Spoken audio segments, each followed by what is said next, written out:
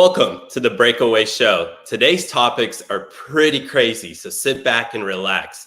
Well, if you can relax, because baby making is apparently a far-right movement, at least political says so. So we'll dive into that. George Soros is funding far-left organization, but this isn't new, but it'll be pretty weird why he's funding them. Meme reaction, just our best of the week, essentially. So you can't miss that. And what happened to the rainbow flag? Why all of a sudden it has a billion other different colors on it? Activist highlight of the week. You don't want to miss that. A brand new segment. I'm not going to tell you much about it. You're going to find out here in the show. And Trump, one of Trump's top VP picks, gets a lot of backlash, while another one surges in the fans. And of course, we can't end the show without Kev's quick hits. So you got to stick around to see that phenomenal segment. And with that, that's going to be the Breakaway Show today. Yeah, welcome to the Breakaway USA breaking news show, your pivotal source for the most compelling and urgent news stories of the week. I'm your host, Fabian Garcia, and of course, alongside of me, as every week, we have Mr. Kevin Fairs and Mr. David Kate. And every week, we dive deep into the heart of the news that matters, bringing you detailed rundowns, critical analysis, and our unique perspectives. So without further ado, let's make people mad tonight. Oh, yeah. Absolutely. And for our first story tonight, we're going to talk about the newest far-right conspiracy, which is something that's absolutely insane. It's this entire idea that we should maintain the human population. This idea that maybe sometimes people, a mommy and a daddy who love each other very much, should actually get together and make a baby. Baby making. Yes, it's the new far-right conspiracy out of Politico, if we can pull this up on screen. The far-right's campaign to explode the population was an article posted yesterday in their opinion section behind the scenes of the first natal conference, where a motley alliance is throwing out the idea of winning converts to their cause by trying to make their own instead. And they begin it by saying the threat we are told this weekend is existential, biological, epic defining. Epoch, however you want to say it. Economies will fail, civilizations will fall, and it will all happen because people aren't having enough babies. And they say this. The funny thing is they open up this article with this almost hyperbole, like this hyperbolic tone. But the thing is that how is that wrong by any way? There's more to this, and they go on to describe a natal convention in which it's called Natal Con, and its emphasis on childbirth notwithstanding. There are very few women in this cavernous conference room of the Lion Hotel, as if only women have something to do with creating babies, and more and more and more. And so I'm curious your guys' thoughts in terms of, so they are framing, like I said, the entire idea of having babies as a conspiracy or as if it's some kind of bad thing. Why is this? Why does the left do this? It's actually pretty funny. Talk about that. Actually, as you're talking, I'm going to look up the name of the person who wrote the article, and there's like an 80% chance that that person, guy or girl, works for the World Economic Forum and is a writer for them. So, David, take it away. While I just sent you the name, by the way, too. Right. So you have it. There you go. You got it. So, fellas, what have they not labeled at this point as a far-right like conspiracy or movement? If you guys remember a few months back, I believe it was Politico, actually, that called working out as a far-right trait.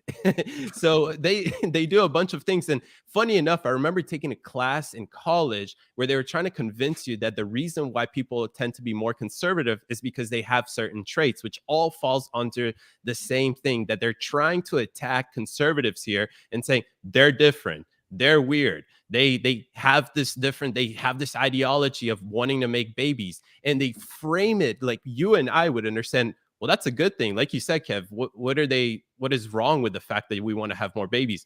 Well, the way they're trying to frame it, especially to their audience, which we know are a bunch of blue hair freaks who don't like marriage and definitely don't like the concept of nuclear family.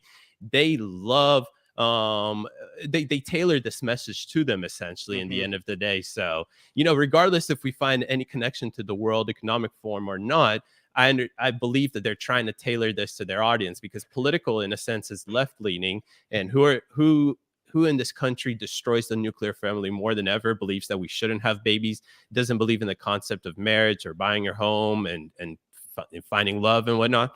it's going to be the damn left. So Well, and that's their audience here. exactly. Well, and if you think about it too, every single major left-wing issue has to do with in some way decreasing the population. Abortion directly. I mean, there's no question about it. Homosexuality.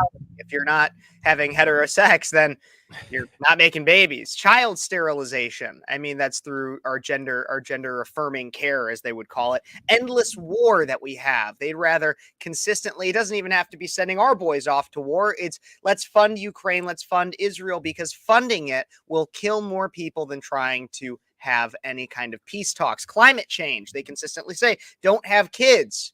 If you do, then you'll increase your carbon emissions. Then even there's government financial dependence, because unhappy people that are more dependent on somebody else, somebody who believes that money is an issue, is less likely to have children.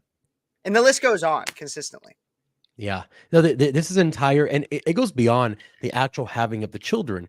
It's a breakdown of what your natural inclination as a human being is to do, is to reproduce and create more humans.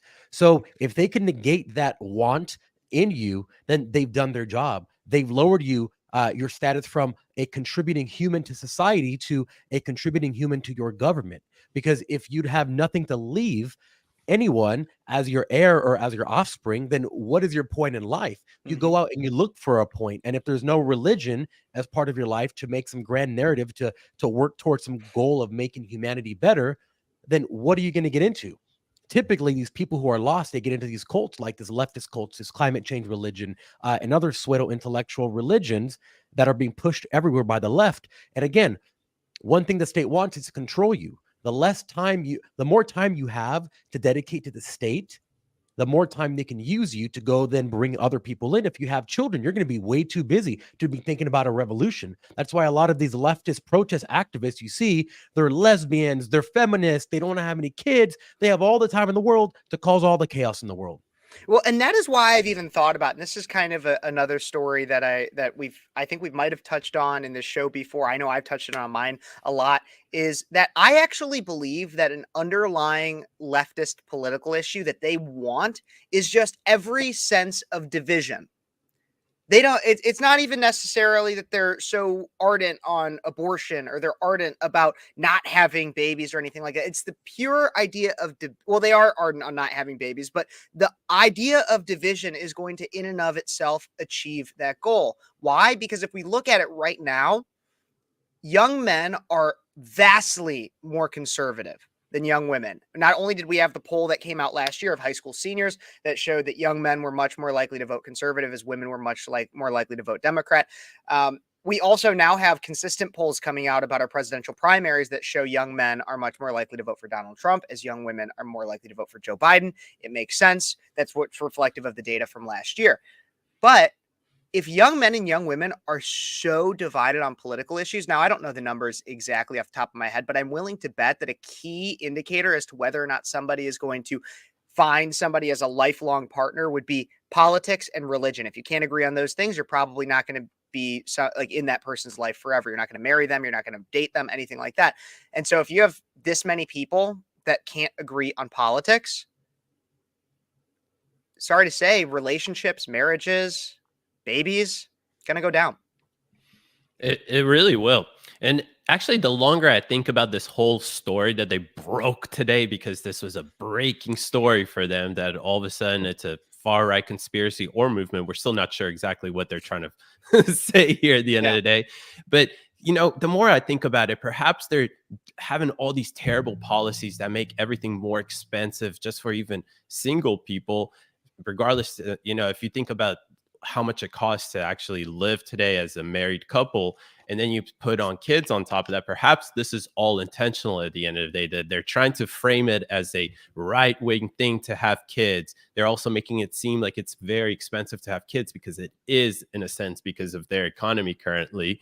But, I almost feel like this is all intertwined together, because at the end of the day, this is coming from Politico, and they have an agenda that they're trying to accomplish here. So perhaps they're trying to tailor a certain narrative to, or start to create a certain narrative, not even tailor a narrative. Well, here's what I'm thinking. Let's do some simple math here. There's 350 million, let's just call it 300 million people in America. let's say half for Dems, half for Republicans, 50-50, right? Mhm. So that's what, 125 each. Let's call it 125 each. How many people voted in the last election? Like 100 million? It was about half. Well, in 2020, it would It have been was like about that. 1.3 or 130 million. Yeah, Yeah, in Okay. 2020, it was almost even half more, the country. It was 150, like 45% of the country, I think. Okay. 150 So half million. of the Yeah. people that are eligible are voting. Now, it doesn't take a lot of babies to be created by the conservative side to inundate and to wash out all of the magical votes that the Democrats are getting. Let's say they get an extra 10 million votes from the illegals and voter fraud and all these things. One generation from now, you're going to have, if let's say half the conservatives have babies, that's what, 75 million new conservative babies. That's going to wash out the vote. And if liberals, or not even liberal, but leftist people are not having babies, I can see a future where a statistician said, hey, even though we're importing all these people, they're still having a crap ton of babies. So how do we combat that? Let's try to make it so that if you have a baby, you're a white supremacist. If you have a baby, then you're alt-right. That's the only way that they can stop it. If I'm thinking numbers wise. Yeah, well, basically, conservatives just have to screw like their OnlyFans creators, I guess. Yep. I think you're right.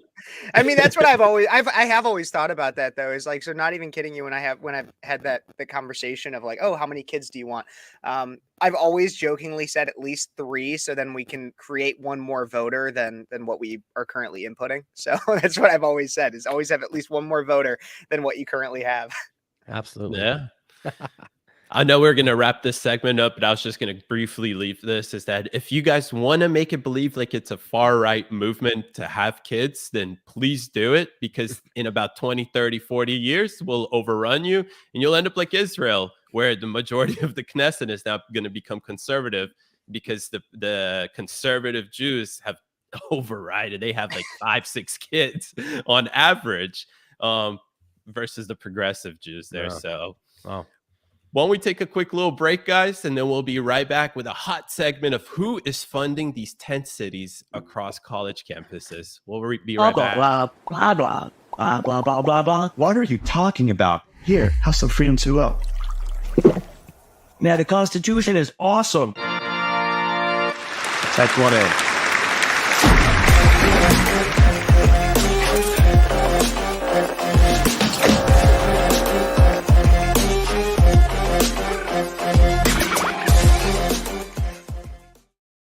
And this let's is- take a moment to talk about actually our sponsor, Freedom 2.0, because they're not just another water company. They're a movement that is unapologetically fighting for the freedom of speech, ensuring that you stay hydrated. They're a great sponsor of the show. They allow us to do what we do and come out and create these broadcasts for you.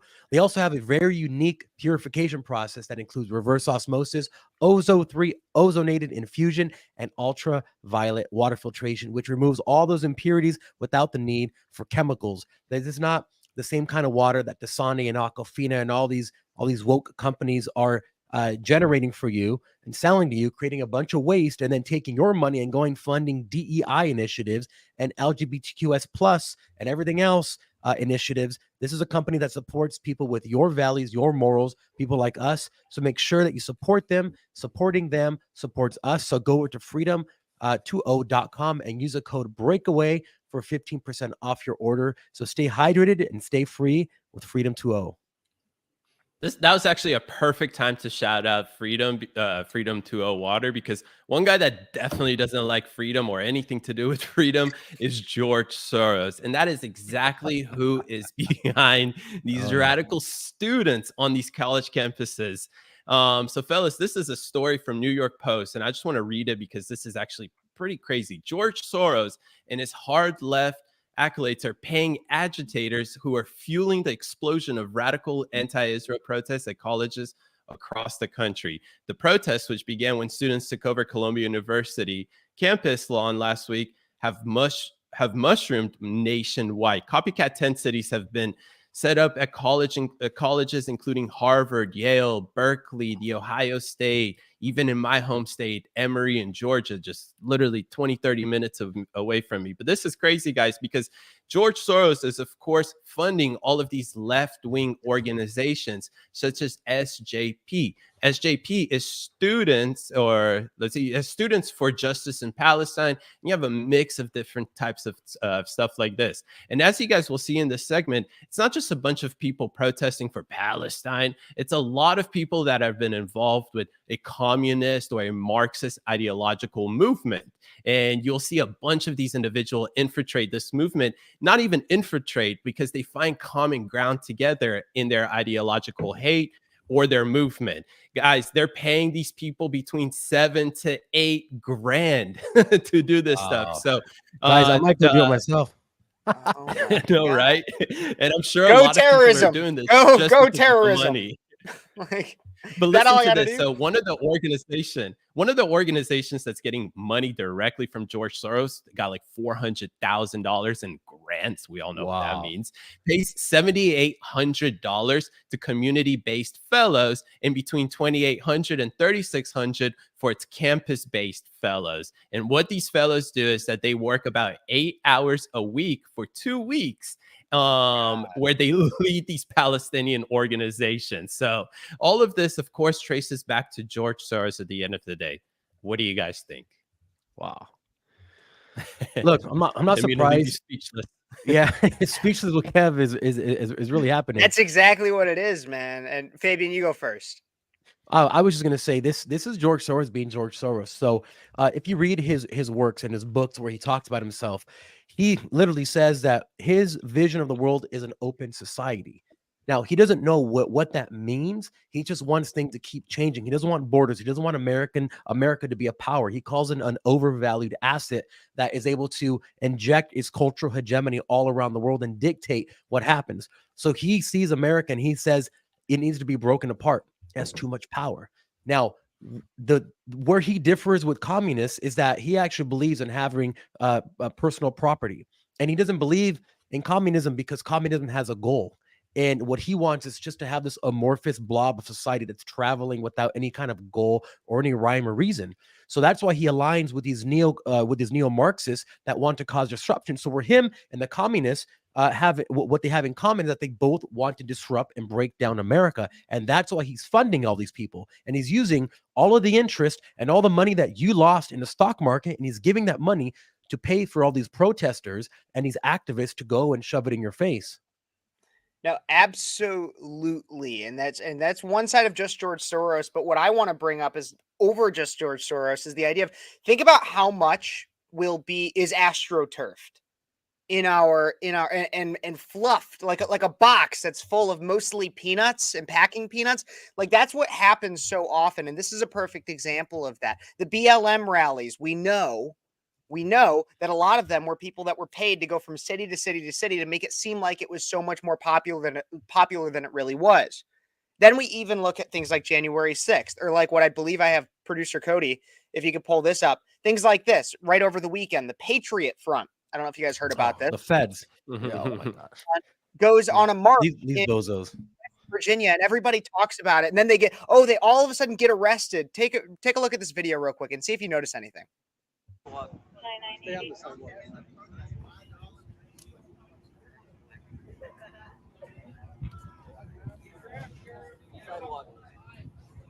Sidewalk.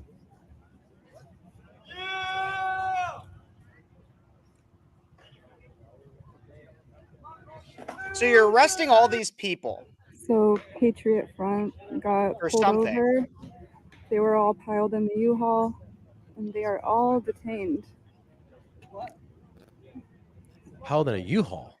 And not a single one of them, you can pause it now. Not a single one of them is getting demasked. You're telling me that you have all these people and all these police here too, and not a single one of them is asking for an ID. Like, that should be the first thing they're doing, asking for an ID, validating their identity, taking off the mask, everything like that.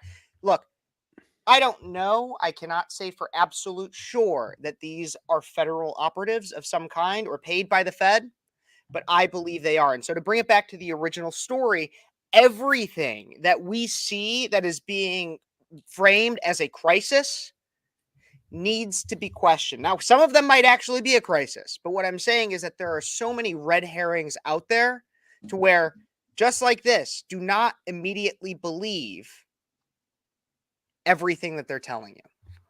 Oh, I definitely agree, Kev.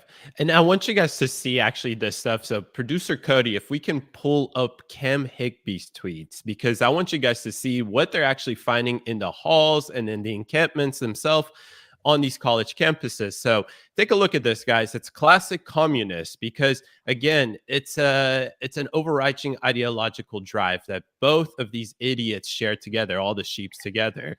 So at the end of the day, this is what we're finding. If we can keep scrolling down as I just keep talking about this, one communist sign after another. You have everything, all the love of the Marxists that you guys are seeing from here.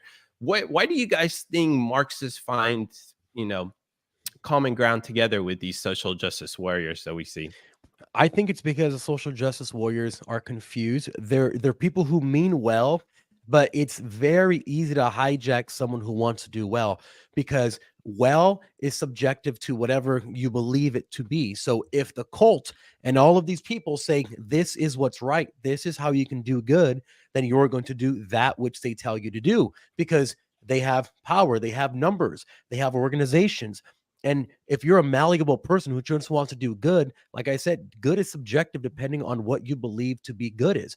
So look, throughout most of history, we thought that the Jewish people were the most oppressed people in the world, because they were. And now 50 or so years after they have their own country, now they're the oppressors. Like, what in the hell happened? So for thousands of years, these social justice people would have said they are the victims. And now, because they have technology and nuclear weapons, now they're the oppressors. So it doesn't have to do anything about the individual people. They're just confused, and they go wherever the organization tells them to go. That's a cult. No, 100%. There's not even like anything like that. Is absolutely true. We have all these people that, and it's not just a cult. It's also in a way kind of a death cult, if you really think about it. Like, what are they actually really working towards? If they're not working towards actually any kind of common goal, what they're really working towards, and the reason why they get along, back to your original question, is it's because they all believe in the destruction of America. Marxism is entirely antithetical to what America is founded on. I mean, if you look at Lockean theory and compare it to Karl Marx, they're practically black and white. You even look at some of the if we looked at some of the tweets and stuff that were being brought up on screen earlier, I don't know if we still have them, but of the different pictures that you had all of these anarchist logos that were spray painted everywhere. Would a Marxist and an anarchist, why would they get along? Because they both believe in the destruction of the government. However, they'll claim that that the people there on January 6th are the insurrectionists. Really? Absolutely. Yeah.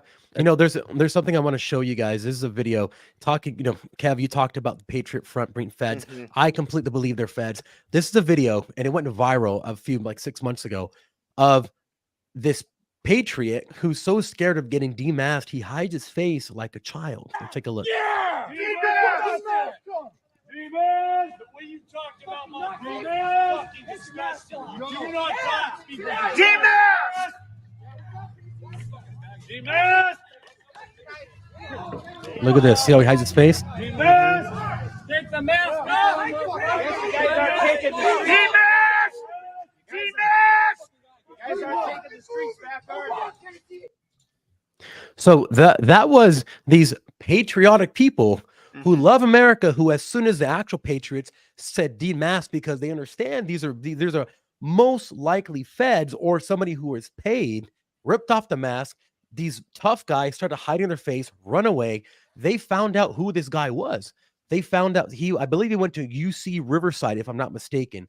And literally so the school had posted him, and I forget his name, but it says once he graduates, he wants to work for the federal government. And lo and behold, now a year and a half or so later, now he's in this fake Patriot Front who is marching, and people have gotten wise. The actual patriots know what's going on. You can't pull the wool over their eyes.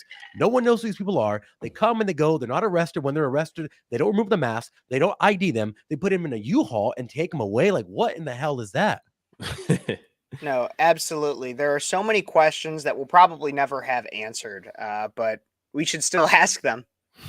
Guys, this is still all part of the same thing. It's that these people are being funded.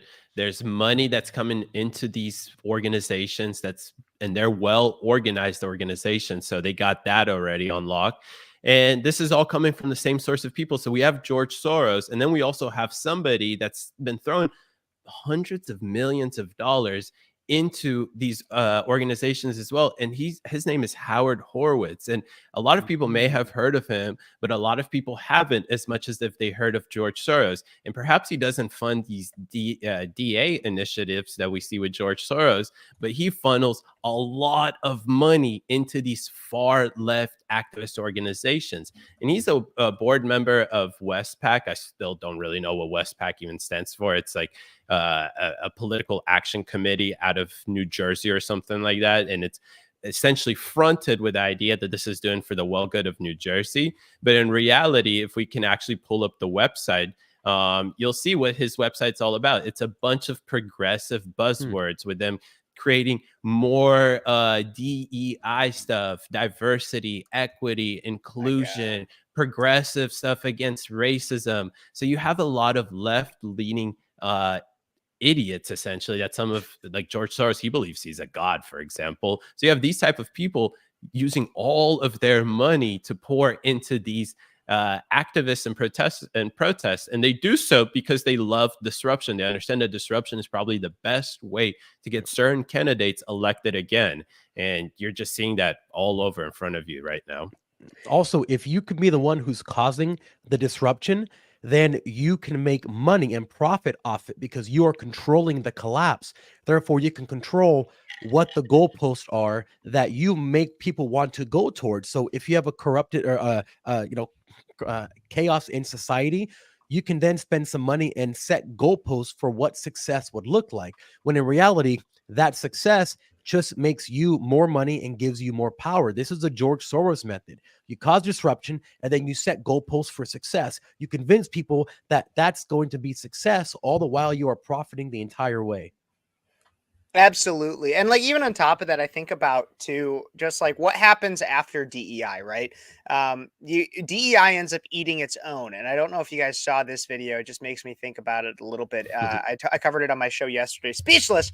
But Don Lemon was on Don Lemon, the famous Don Orange, the gay black Frenchman, was on Bill Maher last weekend, and he talked about it, and he said maybe DEI has gone a little bit too far. Well, this Don Lemon, who I'm happy he says that maybe it's gone a little bit too far, that it's like a religion, whatever. He said great things about it. Well, like great things that were negative about DEI, but he never once recognized that maybe his career had a little bit to do, and him getting as far as he did had a little bit to do with DEI. And like he'll never recognize that. He'll never maybe apologize for also pushing that even further while he was on CNN. Like, that's the thing, is like you were willing to accept and love DEI as long as it was benefiting you. And all these people that George Soros is funding, they're willing to love and accept it until it stops benefiting them. And then once it stops benefiting them, then they're out of it. And they're like, oh man, that's how you know that you're either brainwashed or you're in on it. Those are the people that believe it. That's exactly it, Kev. Then you got it. And that's how we're going to wrap up that segment for tonight, because we have a lot of great segments ahead as well. So we are going to continue to the next segment after this short commercial break. So we'll be right back.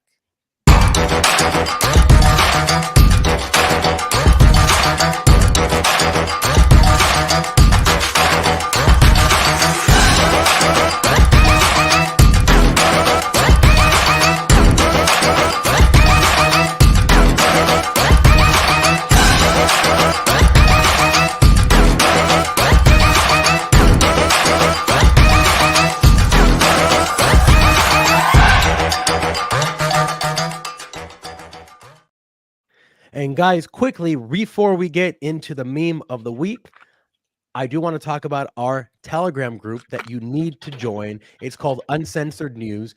Scan that right on your screen or go to t.me/breakaway, because what you get there is news that you will not be shown on any other platform. And it's news that we can't even post on social media because we will get even more shadow banned than we are. So go to t.me/breakaway or scan that on the screen. Join us, get news as it breaks, and make sure you never miss anything that we put out. We're doing Substack articles, we're doing documentaries, we're doing short form content, we're doing shows, so make sure you don't miss it. There's a lot of good stuff happening there. And don't worry, that we're being said- always triggering liberals too. If you like triggering liberals, that's what we do. And Telegram is the place to do it, because that's the thing is we could try to set up like those Instagram like group chats and everything like that. No. Instagram's going to try to censor us. Telegram doesn't. So go check that out. Absolutely. And with that being said, guys, I wanted to introduce the second of our new segment called Meme of the Week. Production, let's play that.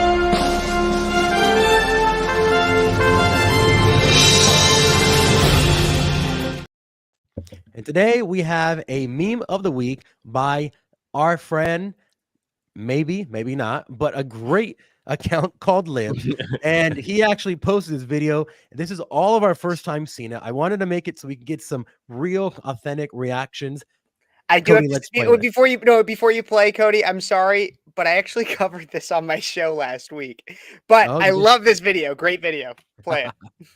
House, Mm-hmm. say for a month And a half. and a half. Mm-hmm. You think you would be entitled to move in there? Well, Take my stuff and well, move in it's there? a lot of. I'm not the only one that is squatting. It's a lot of other people on the block. If you want to be technical, Mhm. you know, and a lot of people encouraged me to do what I'm doing now. But she wants her place back. Yeah, but I had put a lot of work in here, and I spent a lot of money. I am on a fixed income. Is that power hooked up legit there? My power is That's not legit. not legit. No, you stealing a bit of power. I am blessed. What do you do for them? I receive Social Security. I don't have What no happened? secrets. Disability? Yes, What's your ailment? I'm not gonna say. No, that's her right. If I left my house, Wow. Wow. Oh my God. Well, let's just What is say that? I understand now why some Democrats actually came out against the squatters. I was like, isn't this what you guys like represent at the end of the day? And if it comes out that no, they think they're crazy, and we see why they're crazy. Fabian? I was going to say, that is, someone feels entitled and superior where they're doing an illegal thing and they're justifying it with unequivocal generalizations about why they're doing it. And as he's pointing out, well, I spent a lot of money here and I'm on a fixed income, as if that has anything to do with it. And he says, what's going on there? You're stealing power. And she says, well, I have a disability. Which one? I can't talk about it. Like, come on. Like, I know it's funny, but this is a level of ridiculousness that we've gotten to. And this is just. I thought the funniest part was when he's like, that power doesn't look like it's hooked up legit. And I couldn't tell if it was a man or a woman, but either way, it was just like, no, it's okay. Like it's like we hooked it up, and he's like, no, you're still a little bit of power. And it just goes, I'm truly blessed. I'm just like God gave you the ability to steal the power. It was like, that's like the best one. Then you're right. They come back and they're like, and they're like, oh, you're on disability. That's how you're collecting income, after already admitting to spending all this money. That was the claim to some level of ownership of the properties. I spent all this money. It's not even like you earned the money. You stole it from the government, which I would argue the government stole it from me in the first place. But still, the government gave you that money, and then you claim that you put all of it into this place, and then you even admit, oh, I'm not at liberty to disclose my disability. As you're walking fine, you're speaking fine, you're hearing fine. Like, what the absolute? We don't have a bleep button, but that's what I wanted to do. Yeah. I mean, these squatters are crazy just in the first place. What they're doing, they actually think that it's not legal, that they think it's justifiable. It's like, I don't have anywhere to live. I'm on low fixed income. I don't know what to do. Let me just take over this, vacant home, which could probably not even be vacant. If you guys remember from a few weeks ago, you can just be gone for the weekend for vacation to go take care of somebody or whatever. And boom, they squatted your, they're squatting in your house. There you go. Yeah. Yeah. This is crazy. Yeah. And, It's all fun and games when it happens to someone else, but when it happens to you or in your neighborhood or in your city and it gets closer to you, that's when it goes from being some esoteric kind of like, oh, cool, it's a story about people over there that it's happening to, but then it's happening to people because I mean, look, it doesn't matter what color you are, brown, black, white, orange, green, red. Someone's sitting in your house when you get home and they're not going to get out. That's going to piss you off. It doesn't matter what it is. That is equality right there. Like everyone feels the equal amount of pissed off when you have a squatter sitting in your house that will not get out and you're making payments on it. Absolutely. All Absolutely. right. Well, I think that does it for the meme of the week. That's the meme of the week, everybody. Did we want to do the little animation that we have one more time?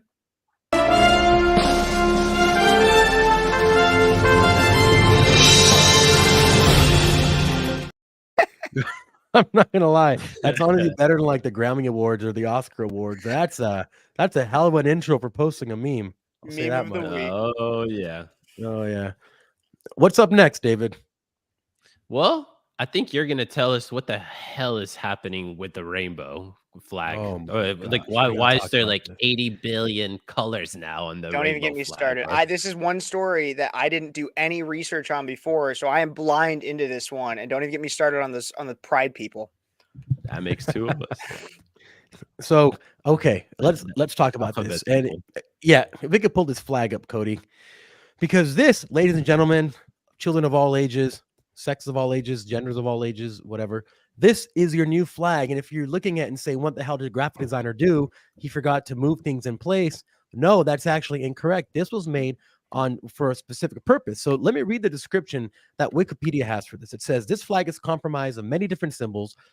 From the left to the right, the multicolored chevron has the colors of the trans flag. White represents people transitioning, Oh. gender neutral people, gender non-conforming, and non-binary people. The pink represents femininity and blue represents masculinity. The chevron also includes brown and black stripes. These stripes represent both people of color. Black stripes has an additional meaning, representing those who are living with HIV and AIDS.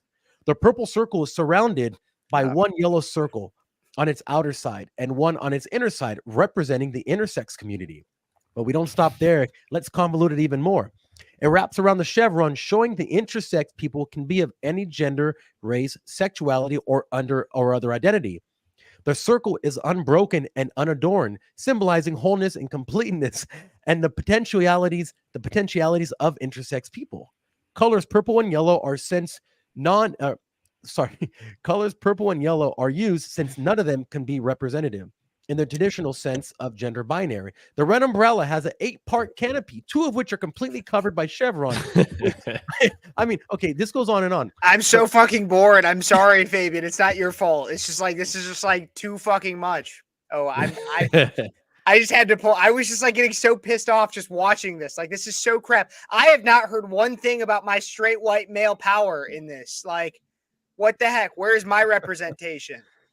Well, that's, Cody, sorry, Kev, that's exactly what I was going to say, is that I see all of these colors and I was shocked when I saw white, but then Fabian told me that white's not actually for white people. Oh, no. It's for what people transitioning, right? So, yeah. I mean, come on, where's at least our color, right? I see every color under the rainbow, but I don't see a single color for us white people. So, bro, I think it'd be so funny if they had. I feel like it'd be so funny if they had a color for colorblind people. That would kill me. I would die. So here's, one thing. So it is really funny to us and really stupid to us. But there's a reason why it's so overly complicated, is that you want to have people invest so much time and effort, people who really want to understand this, that they get so down the rabbit hole and they're confused on so many different things that they don't know what to believe. And it all becomes a convoluted mess and everything becomes the same thing. And that's exactly what these philosophers like Hegel and Herbert Marcuse a long time ago talked about, that everything has to become the same exact thing, and only then will humans find their true meaning, be actualized, find their true meaning in life. So they want to do away with anything that can be divided. That's why men are becoming women, women are becoming men, intersex, and this and that. They want to confuse you as to what a gender binary is, so that you're completely at that point brainwashed. Yeah, I mean, listen, it's been their goal all along, right? Is to create as many identities as possible because they like their identity politics.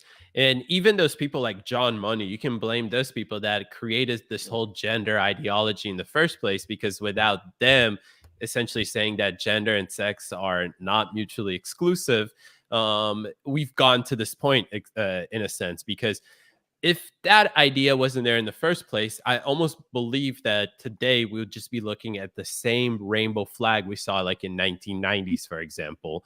And yeah, it might be annoying or whatever, but at least it's 10, sorry, not even 10, but like a million times better than this crap that I'm seeing. Because first of all, too many things to remember. Second of all, boring as hell. I don't even care. I honestly could care less what you identify as. If you want to identify as that, whatever. But when you're forcing that stuff onto me, onto kids in elementary schools, that's when we really have a problem. And again, it starts with the people that have invented this whole ideological manifestation at the end of the day.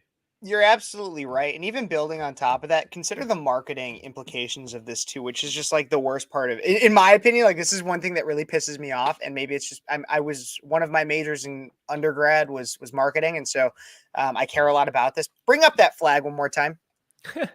Production. I think it's still there if you can. Yeah. So you look at that thing. That is there's way too much going on in it. Like if you want people to get your cause and to be a part of it, like compare that with like the Apple logo. Simplicity is key. You don't need to have all of this stuff. You don't Unless need you're trying to confuse. Exactly. If you want to bring, and that's the thing I find fascinating about this is, okay, so in their entire flag, they want to try to encapsulate everyone. Right. And so that's why they have all these different things. They got to have all the alphabet. They got to have all the flipping numbers. They started getting plus signs in there and crap, and now all the colors and then different shapes and everything. It's like they're basically the worst classes you ever took in high school. It's like geometry, calculus, and flipping algebra all in one. But if you really wanted to encapsulate everybody, don't you think that you just do like one color to bring them all, or even just like the original like rainbow or something, and being like everybody falls under the rainbow, like some bullshit hippie crap like that. Like I feel like minimum that. But then they put all this stuff in here, and from a marketing perspective, this is just terrible. You're not going to win anybody over. Like, and this has been what I've said about Pride the whole time. You want to try to convince Christians to get on your side, don't call yourself one of the 7 deadly sins. And like the list goes on, but their marketing is absolutely terrible, and it really makes me mad, because if I was of the devil, I would want to take over their marketing department, and I could absolutely crush it. I know we're about to wrap up this segment, but just to quickly go back to what you were saying, Kev, if they're going to be simple, it's going to defeat their entire purpose. We know that going back to simplicity is not their best friend, right? True. Right? Real simple questions does destroy their entire ideology. So they want complicated stuff. And the only way they can be inclusive to every single person, even the person that identifies as a wolf, is by having a flag that represents everybody. So that's my last thoughts on that. I get it. 100%. All right. Why don't we take a quick little short break, and we'll be right back with what the hell is happening with one of top VP picks for Trump. We'll be I'm right excited. back. Let's go. Blah, blah, blah, blah, blah, blah, blah, blah, blah, blah. What are you talking about? Here, have some Freedom 2.0. Man, the Constitution is awesome. That's 1A.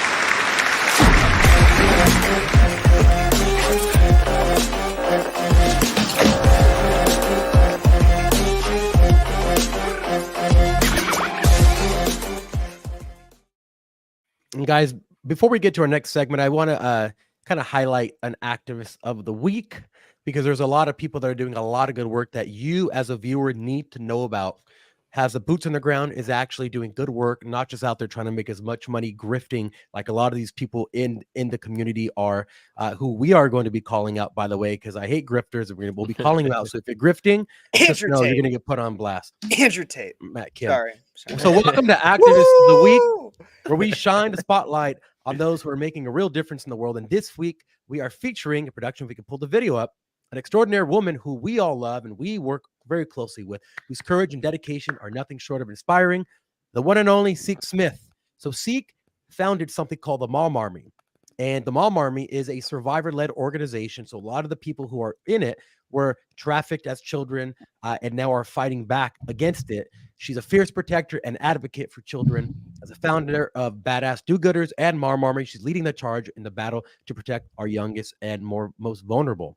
So her work extends beyond organizing. She's a connector and a branding specialist who dedicates her expertise to preventing child trafficking and ensuring that the perpetrators face justice. And her efforts are a beacon of hope and a testament to the power of community and resilience. So we just want to take a time and shout out Seek Smith. You should follow her on social media. She's doing a ton of good work. Absolutely. And that is our activist highlight of the week. Take it away, David. Let's go Seek. Seek really does a lot of stuff, especially on the ground there in Arizona, which we know is an important battleground state, which perfectly leads us into Trump. Not Trump himself, but his VP pick, or perhaps one of his potential VP picks. Let me be correct on that. So one of the top people on the short list for Trump's VP pick was all over Twitter a couple days ago, and she was on there for a few days. And this story actually started an interesting trend. But we know that South Dakota Governor Kristi Noem, she said this in her book, which is interesting to know why, that she shot her 14-month-old puppy. Now, she justified why she did this. This was a hunting dog, and of course, South Dakota laws allow that. She said that the dog actually attacked one of their livestock. So again, under South Dakota law, she was legally allowed to do so. And she said that this was a decision she made and she committed to it. So she received a lot of, backlash from both sides, from the Democrats, from Republicans, dog lovers, non-dog lovers, everybody, right? So, fellas, before we start to look at different potential VP picks, is this just a load of crap? Does this matter at all? Is this some blackmail operation against her that forced her to put this in her book? What are y'all's thoughts? This is my first time actually hearing about this. So, Kev, Really? yeah, Okay. I have saw a lot it, of thoughts. I have so much thoughts on this story. I do not care.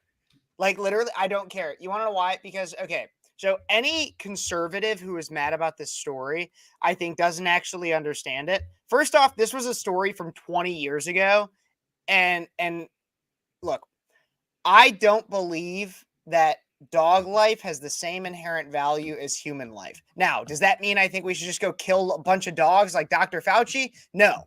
But this dog had shown repeated behavior that was threatening to animals and humans, and not in a way in which it was trained. It killed neighbors' chickens, as well as when Kristi tried to stop it from killing those chickens, it turned on her and started to attempt to bite her and could have been a danger to children. A lot of dogs are killed for a lot less. Ask Michael Vick. But so there's that one. But then you see all the liberals that are getting really mad about it. And I look at them and I'm like, man, look at your feed. You're the same people that are donating to Planned Parenthood. And so you're getting all bent out of shape because somebody shot her dog for being disobedient while at the same time you support baby murder. Get out of here with that crap. And it really pisses me off, if you can't tell, because you sit over there in your high ivory tower looking down on Kristi Noem for something that happened 20 years ago, while you today are telling women that they're empowered for murdering a child. And so, yeah, no, I don't care about this story. I don't care that she did this, whatever. Like, it happened. It was not that big of a deal.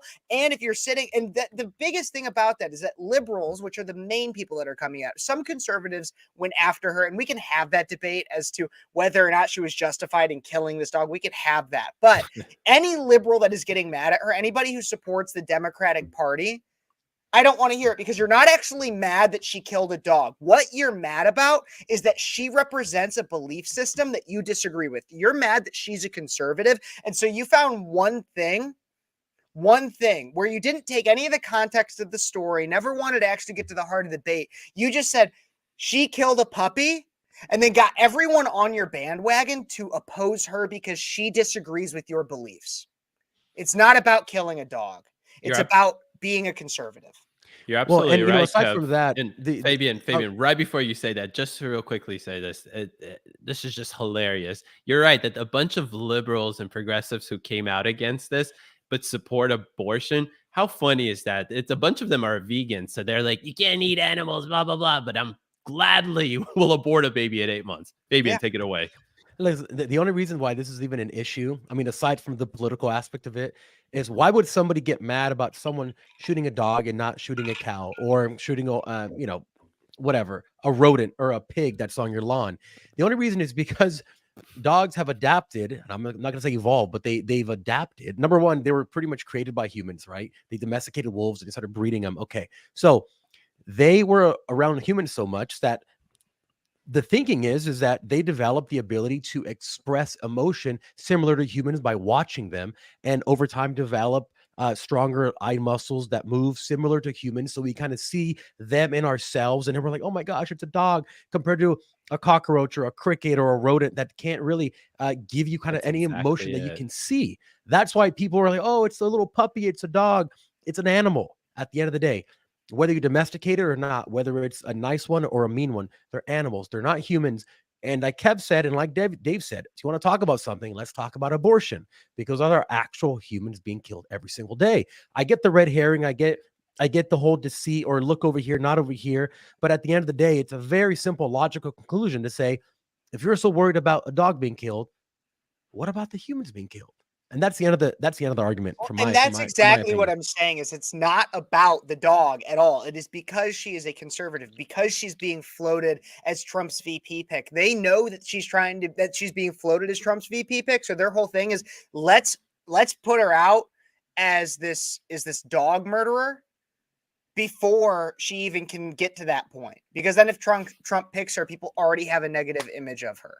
That's exactly it. It's going to be like with all the hoaxes, you know, it's that they're going to have a picture already of this chick as a dog murderer. And regardless of what facts you present, like the ones you just talked about, Kev, in the beginning of this segment, they're going to care less about that. They're never even going to get to that.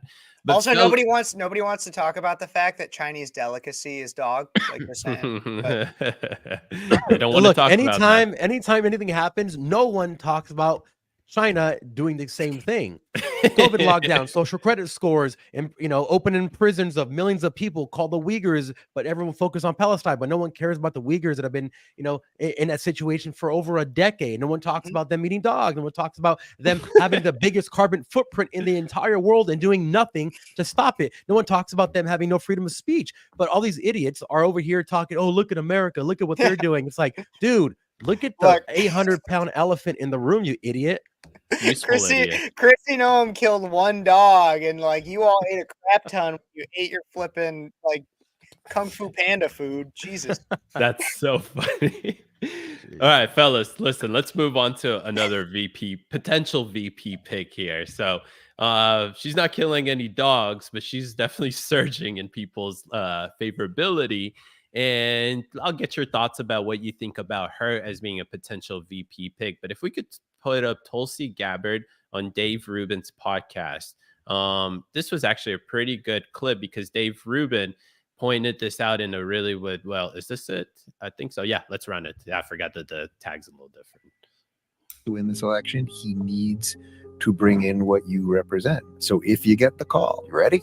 I'm ready. I'm ready because I know what is at stake. And if that call came, I would say yes. And I'd be honored to serve my country in that way and to be in a position first to help win this election, to stop the Democrat elite from destroying our country, and then actually begin the real work of getting our country back on track. And that starts with having people of courage in our government who care more about the country than they do about the political elite in Washington, and actually rooting out the deep rot that exists within our bureaucracies, the administrative state, the deep state in Washington. If Trump wants... All right. So, fellas, let me get y'all's perspective. Is a former Democrat the best VP pick for Trump, especially to win over those independent voters? If you ask me, I'm going to say Tim Scott, but that's just my opinion. I don't know if we're going to talk about him. To me, he's a move, right? Tulsi Gabbard, yeah, I like her. She's cool. And I get it if you're trying to, this is obviously Trump's last term. So he's going to have to pick someone who can carry the banner forward. Is that Tulsi Gabbard? She's young enough. She has some Democrats who like it. She's a woman. Her stances are, depending on where you look at it, you may not like her or you may like her, but, it's very small chance that you're going to absolutely hate her positions. I don't know. I would say no, but that's not a decision for me to make. That's, I'm going to say Tim Scott, but go ahead, guys. Tim Scott is an option. I don't think he's terrible. He's better than Tulsi Gabbard. I just pulled up real quick because I didn't know. So I didn't know any of the options that you were bringing up for this stuff, and so I brought this up here for Tulsi. If you want to bring it on screen, producer Cody. If you scroll down through it, there's some things that you might find yourself 50-50 on it, but then you find things on crime. She's for ending cash bail, which we just did in Illinois, and crime is rampant, eliminating private prisons. Then she's on for some things that I think are good, like mandating paper ballots. But then you get further down and she's for raising the federal minimum wage to $15 an hour. She wants to study reparations. She wants college to be free. She wants to expand or fix existing debt relief programs for student debt. Like the thing is, and these are all from 2020, maybe her opinions have changed, but this is what I have to go off of. And so when you have conservatives that come out, this is the same thing with RFK. When you have conservatives that come out and are like, oh my God, I love Tulsi. No. What you like is that somebody woke up and realized that there were problems with their party, but you don't really like her. I mean, assuming you're actually a conservative, like if you're not actually a conservative, that's perfectly fine. Be for Tulsi. But if you're actually a conservative, you don't support Tulsi Gabbard. And the only reason why I say this is so important is because it's not just about winning. It's also about who is going to carry the torch. And there's a lot of options, and I'm not bound to one. Tim Scott isn't a bad one. Yeah, and I will say that you also have to pick someone who's going to carry a banner that's not going to divide your own party when the time comes, because conservatives truly don't trust Tulsi Gabbard. They may accept her as a VP just because, what she has. But then imagine, so next election, Trump's gone, right? He's termed out. Is Tulsi Gabbard, was she going to be the Republican nominee? And then she's not even a Republican? You're going to cause turmoil. So I can see that being a massive issue in the future. Yep. Fabian, it's funny that you bring that up, because here's, first of all, the interesting thing. When I went to CPAC in February of this year, they did a straw poll at the end of the conference to see who everybody in the room, and it was like 4,000 people voted on this, that they want as their VP pick. And at the first place, it was Tulsi Gabbard. And it just shows you how well she actually has been able to grab favorability around her. And I'm very skeptical, because if he does take her on this ride, then I actually believe you'll actually have in 2028 RFK join her on the ticket together, and they're going to run as Democrats. And that's the struggle that we're going to have as conservatives with her. I'm really skeptical, because she aligns a lot with RFK on a lot of stuff. And I believe they actually would do phenomenal together on a ticket. So just if we're talking about people that we hopefully want to have, right? I always throw this joke out. I'd love Nikki Haley as the VP. No, I'm kidding. But my top pick as a VP is DeSantis, because I don't think there's anybody else that could truly be like Trump and reach those center-right independent voters, and even center-left folks, because center-left folks, if you give them a damn good option on the other side, because they're really disenfranchised with Trump, they may dislike Biden, but they're still putting Biden over him, or they're going to flock over to RFK. If you want people to flock over to Trump, you need somebody like a DeSantis that's going to win those people over. So that's my last thoughts about that. But before we go to last thoughts, there's also one more good VP pick. Producer Cody, can we pull up that tweet real quick? Because this VP pick is amazing. And no, I'm not talking about Dr. Ben Carson. I'm talking about Kev himself. Kevin cares, baby. Let's go. So Kev put up this tweet, obviously talking about Dr. Ben Carson potentially being a VP pick, but I was like, heck, man, what do we need Dr. Ben Carson, right? Well, we got Kev. Look at that stud right there. Oh, man. That was a few years ago. I was a little sunburnt. I was out in Florida. I have a signed copy of his book, which I love. It's probably one of my favorite books. It's got like all pictures in it. It's beautiful. But beautiful. No, I will say for Ben Carson, though, I think that he oftentimes gets underrated, because he is kind of, he's mundane in the way that he Low speaks. energy. Yeah. He's but he's one of the most intellectual people I've ever met. Yeah. In shaking his hand and talking to him briefly, absolutely one of the nicest people, and feels very genuine coming from politics. And one of the most intelligent people I've ever met. Not to mention the fact that he would poll well, likely with minority voters, which is just a fact you have to bring up when you talk about that stuff. So Yeah. but I like him. I think he is a good, and thank Big you fan of for the Carson. option. Maybe one day, but I'm a little too young for me. Yeah. You know, I always love Ben Carson. What was that gaffe he had where I think it was the debates where him and Trump went out in the wrong order or something like that, and he was waiting funny. around. He was. That was And Trump went past fantastic. him. That was Yep. pretty funny. That was funny. Well, Mhm. fellas, that does it for the VP segment of here. Now, for my favorite part of the show, let's get into Kev's quick hits. Quick hits.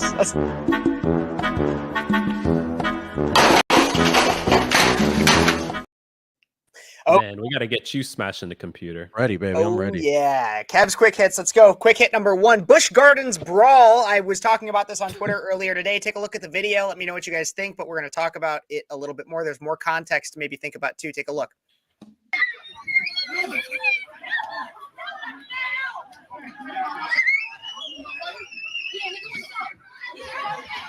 Oh my God!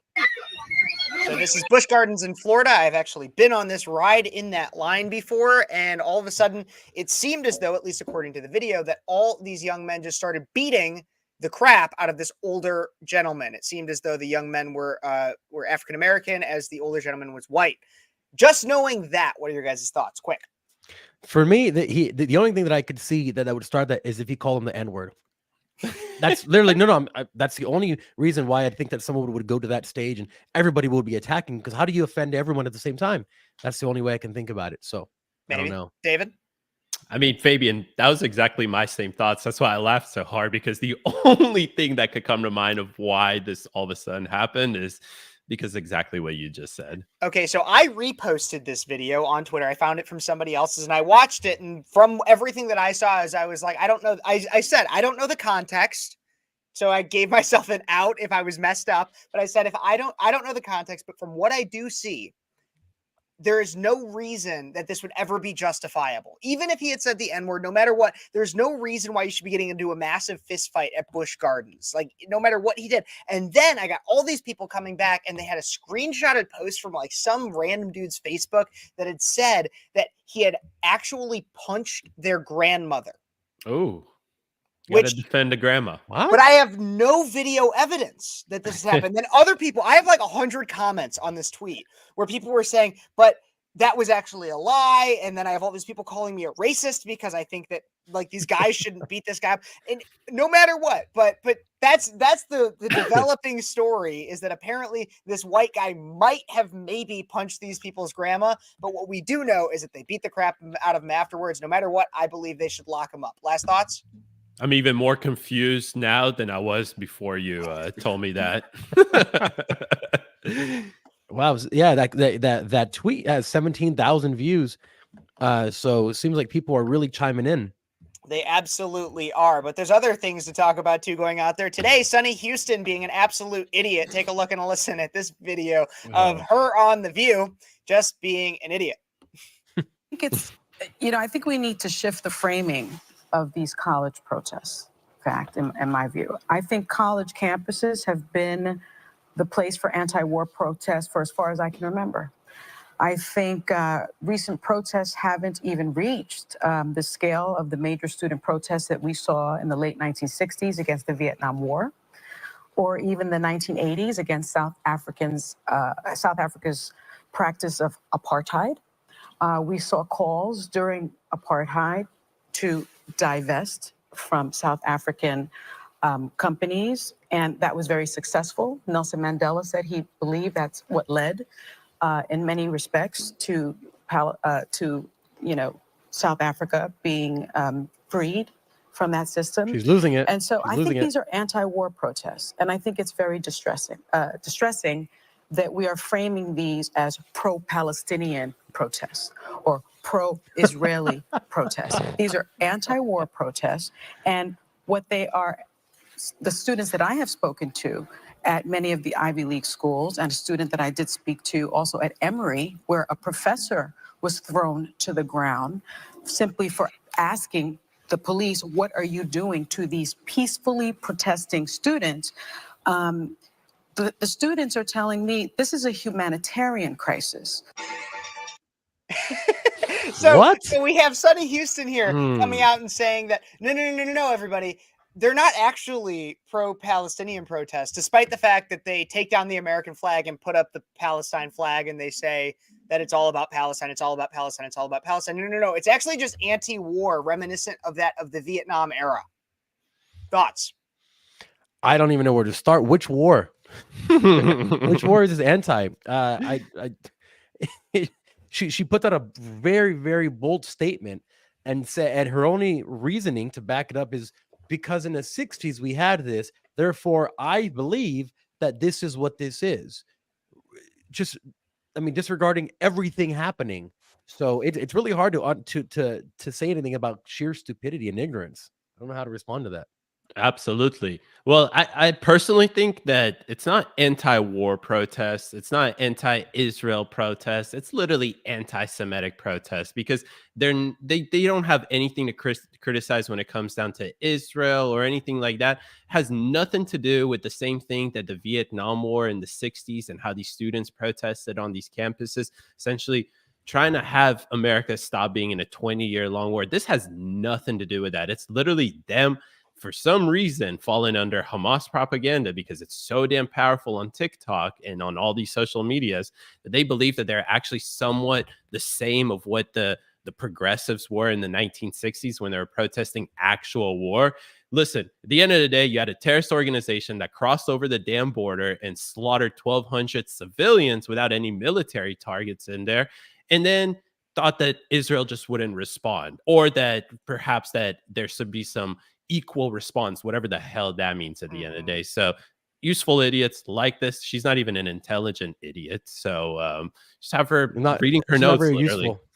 No, and I 100% agree. And even with that too, I mean, let's just look at the absolute difference too. I mean, when you look at the people that were protesting for the Vietnam War back in the 60s and early 70s, their whole thing was, I love America. I love the people here. I don't want us to be wasting our resources. I don't want us to be screwing ourselves. So let's get out of this war. And now I can disagree with the way that they went about some of that stuff and everything like that. But at the end of the day, they were pro-America. Yep. At these Palestinian protests, pro-Palestine protests, they are deliberately saying death to America and replacing America with Palestinian flags. So I'm sorry, but they are not the same. Sonny Houston, you're an absolute idiot. You sit in your ivory towers and you don't actually listen to anything the average person has to say. But speaking of things going on at the protests, comedian Alex Stein went to the protest. This is our next quick hit. And this is probably one of the funniest things I've seen to come out of them. So let's take a look and listen to this video. We're here at UT Austin, where I just got assaulted by transgender pro-Palestine people. I didn't realize gay for Palestine is actually real. But watch this video. Hey, can I ask you a question? When Palestine, aren't they mean to trans people? Aren't they mean to trans people? We're here at UT Austin, and trans people are out here protesting for Palestine, but don't Palestinians throw gay people off roofs? Hey, sir, can you please? Yeah, no, I'm just gonna hang out right here. Can anybody tell me about, do they do any pride parades? Get the fuck out of here. Dude, what are you gonna do about it? You guys are all idiots. You guys are transgender. You guys aren't even allowed to be in Palestine. I know, but He gets like thrown to the ground. That poor guy.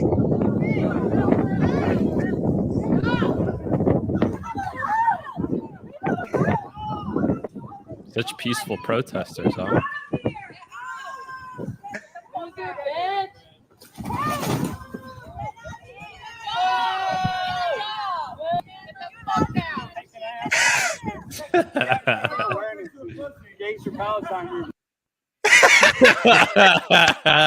This is great. He's awesome at what he does.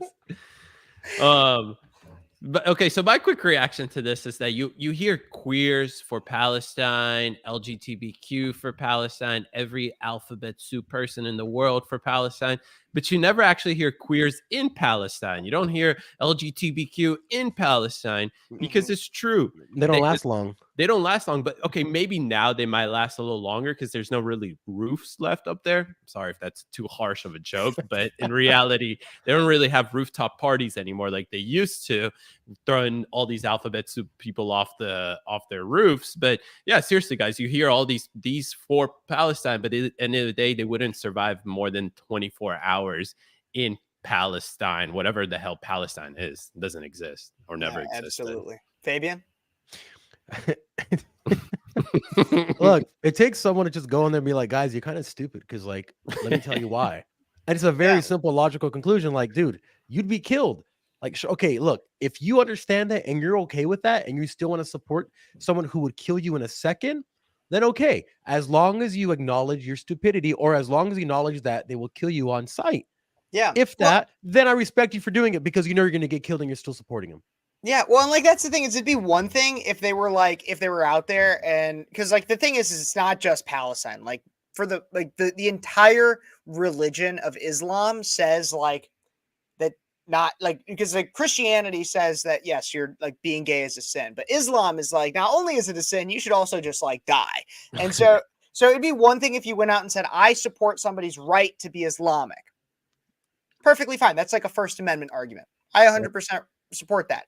But you're going out there and you're like, not only do I support that, I want them to be able to take over this entire other country that is currently sovereign and kill all of them, and then take up more space and destroy my country, because that's what they really stand for. They scream death to America, and then kill me too. Like that's where it really, like, it's just like you have to be so the ultimate martyr. Stupid. Absolutely. But there are some people who support stupid causes, and they do it for pretty good reasons. And that's why, well, at least not pretty good reasons, not morally good reasons, but at least they have a justification. And that's this next video of an influencer who's an OnlyFans contributor, a TikTok star, and she talks about why she does some of her content. Take a look and listen to this clip. School. You were still in college when you started as a TikTok person, right? Or you started OnlyFans when you were in school too? No, I started TikTok like the spring semester of my senior year, and I was like, fuck, I finally have to start applying for law school. And then, like, you know, female privilege, life is so easy for a, you know, woman. Obviously, I lucked out. I'm just kidding. I lucked out. And then, you know, TikTok was basically full time for me. Like, I was taking ads by the time I graduated college from like the Biden administration and Planned Parenthood and like dating apps and stuff. So it was like fully financially, you know, sustaining. So you were me. getting, the Biden administration was buying ads from you? Yeah, I was doing full on political propaganda. And they would just, really, with like what kind of, like, Biden created 10 million jobs Yeah, this year? yeah, honestly. And the funny thing is, they're like, do not disclose this is an ad, because, you know, they're like, technically it's not a product, so you don't have to disclose it's an ad. Because I think they just wanted like some edgy girl of color to just tell people, like, when they nominated like Ketanji Brown Jackson, they're like, can you say, like, as a person of color, you know, that you feel reflected? And it's like a white woman emailing this to me, and she's like giving me this script, and I'm like, no. And she's like, please. And I'm like, no, I'll like talk about the news of it, but I'm not gonna be like, I'm not gonna have a white person tell me to be like, you know, this is how I feel as a person of color. Like, it's just so, I think that black-pilled me slightly on, like, you know, political propaganda So stuff. the Biden administration sees, oh, here's this young, yeah, I mean, they use like a conduit. It's not like, you know what I mean? It's not Biden, but it's like Biden. It's like a third party. You know what I mean? It's like a media company that's doing it on his behalf. I'm not blaming him for this. Yeah. And the message is like, because you're a dark-skinned woman, you will be inspired by Ketanji Brown Jackson, and all the kids should support her. Yeah, they're like, basically, as like another black person, just say that like you feel reflected by Ketanji. I'm like, no, I'll talk about like Ketanji's background and her accomplishments, but like I never, you know what I mean? Like I'm not gonna say like the corny stuff, even if it was a brown person emailing it to me. I'm like, no, that's not like how I feel. Like I don't look at like Ketanji and feel like, wow. Yeah. See, Interesting. Thoughts.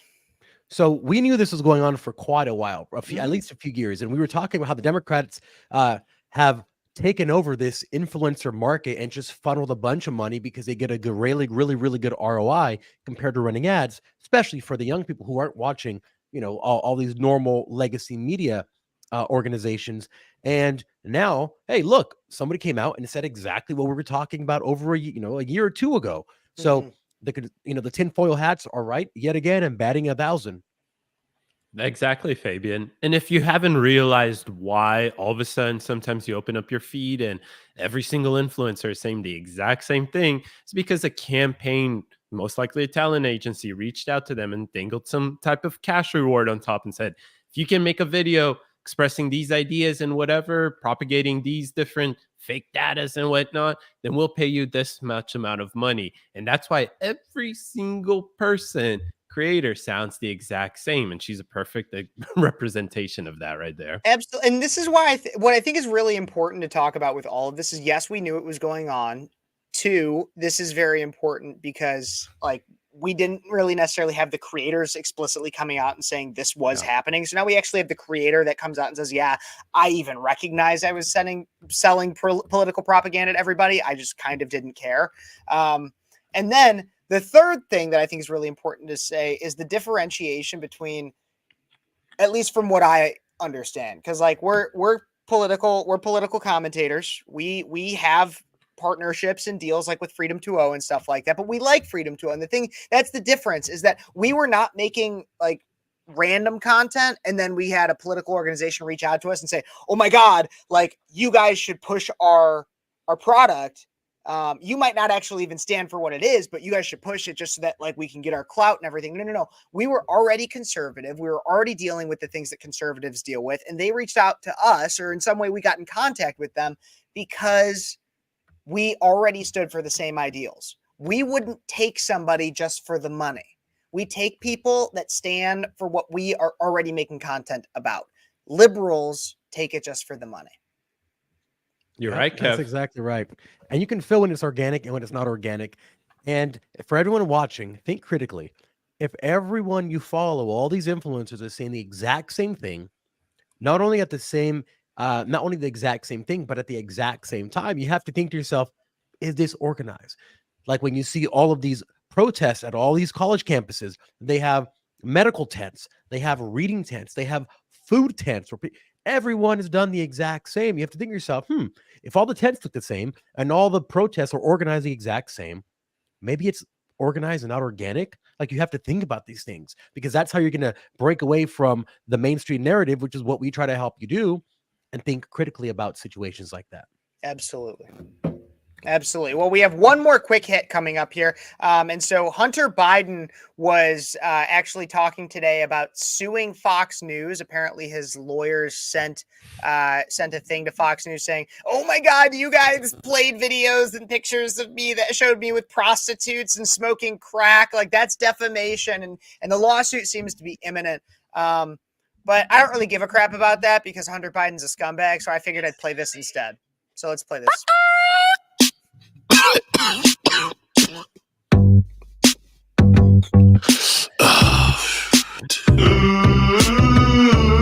Shout out to Bass Records. Hey, yo, Hunter. Roll up another one of them congressional blunts, brother.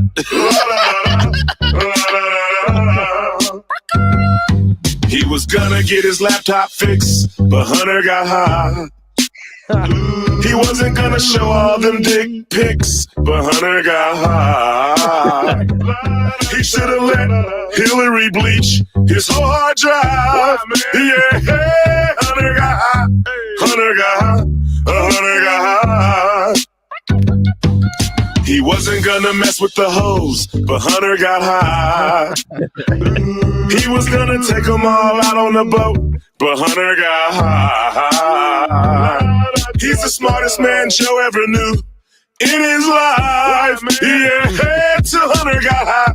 Hunter got high. Hunter got high. All right, Cody, we're good. We're good, Cody. I appreciate it. But that's it for quick hits, though, everybody. I thought that shit was funny. What did you guys think? Well, first of all, he's the reason why I got shadow banned severely on Instagram this last time, which I'm still completely shadow banned because I posted a picture from Hunter Biden's laptop that had him with the hooker. Everything was covered up. You couldn't see what's going on, but they were in bed together. And Instagram hit me for nudity and something else. And then that's all she wrote. Oh, my God. No, it's all, Fabian, it's all because Hunter got high. That's all because Hunter got high. If he could stay away from the crack pipe, then he'd be good. Maybe. My final thoughts about all of this is that now at least the Biden administration has something that they can, like be the reason why it's so shitty. Excuse my language, because Hunter got high, and they can just blame that for everything. Sorry, the inflation is bad. Hunter got high. Sorry, sorry, all the infrastructure is bad. It's because Hunter got high. Sorry that we can't fix the border. It's because Hunter got high. You smoked all the rock. It's the new thanks Obama. Now it's Hunter got high. Yeah, exactly. Wow, a bunch of bozos. Oh my God, those are Kev's quick hits.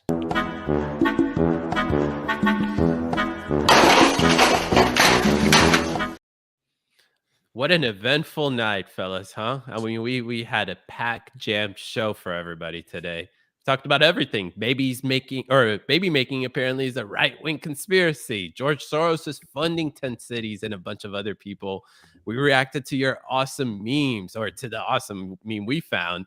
Fabian told you what the hell are all of these colors on this rainbow flag. I don't even know what to call it nowadays.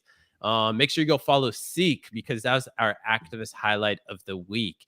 And we discussed all this weird drama that's happening with Kristi Noem, as well as other VP picks. And Kev's quick hits never disappoint. Oh, yeah. Make sure to stay tuned with all of our updates by following us everywhere. All of our social medias, just type in Breakaway USA on any platform, and I guarantee that you'll find us. You may not get it recommended because they like to shadow ban us. So type in all of Breakaway USA. To make sure that you're following with all the stuff that we're posting, you have to follow our Telegram group as well. As you can see right there, you can just type in t.me/breakaway, or just scan that code. Make it easier for yourself. Breakaway USA News is going to be right back to it Thursday night at 8:30 p.m. And to see all of our amazing other shows, all of our personal shows, all of the other shows that are going on Breakaway, go find it on Breakaway USA on any social media. Fabian, Kev, it was a freaking amazing night, packed with so much great stuff. So, yeah. And of course, before we go, we can't go without shouting our sponsor. So make sure you go to freedom20.com. Get this for your liberal odd. That's my slogan that I like to say. And of course, use Breakaway coupon right there. Fellas, that does it for the show. I'm out. Breakaway's out. Let's end this thing.